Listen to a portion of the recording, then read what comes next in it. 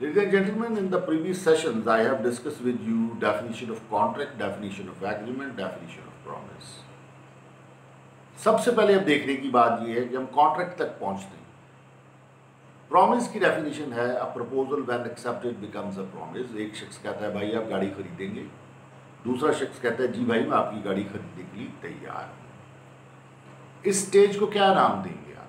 इसमें आप देखें एक प्रपोजल हुई, दूसरी तरफ से एक्सेप्टेंस हुई और इन दोनों एक्टिविटीज को एक नाम अब देना है, उसको कहते हैं प्रॉमिस।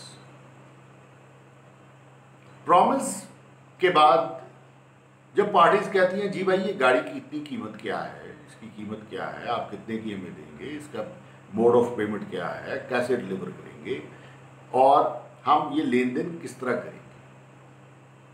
जब प्रॉमिस के साथ पार्टीज ये बातें तय कर देती हैं यानी कंसिडरेशन तय कर देती हैं, तो अब इस दो एक्टिविटीज का नाम, प्रॉमिस के बाद कंसिडरेशन जो है, इन दोनों एक्टिविटीज के नाम को अब स्टेटस दिया जा रहा है एग्रीमेंट। और प्रपोजल हुई, एक्सेप्टेंस हुई, उसके बाद कंसिडरेशन तय हुई, अब दोनों में लेन देन का मामला है। अब ये जो एग्रीमेंट है क्या ये कॉन्ट्रैक्ट के स्टेटस पे जा सकता है? तो कॉन्ट्रैक्ट की डेफिनेशन कहती है agreement enforceable by law is a contract. तो देखने की बात है कि जो गाड़ी की बाइंग एंड सेलिंग का कॉन्ट्रैक्ट है, एग्रीमेंट है, अगर दोनों पार्टीज के द्वारा डिस्प्यूट हो तो क्या कोर्ट ऑफ लॉ उसके ऊपर फैसला करने को तैयार है, उसको रिकग्निशन देने को तैयार है कि yes this is the legal dispute permitted by law dispute. अगर इसको रिकग्निशन मिल जाए एग्रीमेंट को, yes the courts are giving them enforceability, the law is giving them enforceability, then it is contract. एक एग्जांपल आपको और देता हूं। आपने कहा, एक शख्स ने दूसरे को कहा भाई चाय पीनी है, दूसरे ने कहा जी बिल्कुल पीना है। तो एक प्रपोजल थी, दूसरे ने एक्सेप्टेंस दी, ये प्रॉमिस है। प्रॉमिस के बाद एक शख्स चाय पी रहा है, दूसरा शख्स उसकी कंपनी को एंजॉय कर रहा है। अगर फर्ज कीजिए इधर को डिस्प्यूट हो जाए तो क्या अदालत इस डिस्प्यूट के ऊपर अपनी ज्यूरिसडिक्शन को एक्सरसाइज करेगी, फैसला करेगी? बिल्कुल नहीं करेगी। तो ये जो रिलेशनशिप है ये सिर्फ एग्रीमेंट है, ये कॉन्ट्रैक्ट के स्टेटस पर नहीं है।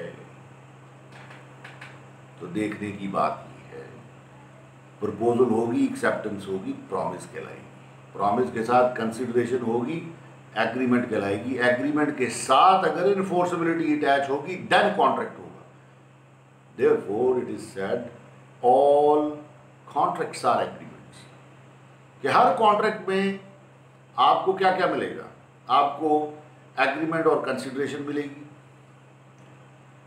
एग्रीमेंट और कंसिडरेशन मिलेगी, और एग्रीमेंट में आपको प्रॉमिस, एग्रीमेंट और कंसिडरेशन मिलेगी। एक और तरीके से आपको समझाता हूं, देखिए ऑफर एंड एक्सेप्टेंस मिलेगा कॉन्ट्रैक्ट में, फिर प्रॉमिस और कंसिडरेशन मिलेगी। लेकिन अगर इन्फोर्सेबिलिटी नहीं है तो ये कॉन्ट्रैक्ट नहीं है। अगर इन्फोर्सेबिलिटी मिल गई तो ये कॉन्ट्रैक्ट है।